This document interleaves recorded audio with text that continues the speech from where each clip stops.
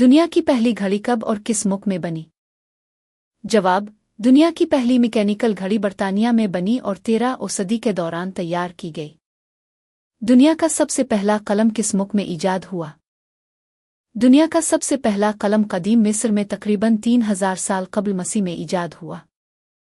دنیا کی سب سے پہلی کتاب کس چیز پر لکھی گئی تھی؟ دنیا کی سب سے پہلی کتاب مٹی کی تختیوں پر لکھی گئی تھی، جو میسوپوٹیمیا، موجودہ عراق میں تقریباً 3000 قبل مسیح میں تیار کی گئی۔ دنیا کا سب سے پہلا پیسہ، کرنسی، کس ملک میں ایجاد ہوا؟ دنیا کا سب سے پہلا باقاعدہ سکہ 600 قبل مسیح میں قدیم لیڈیا، موجودہ ترکی میں بنایا گیا تھا۔ دنیا کی سب سے پہلی یونیورسٹی کہاں قائم ہوئی؟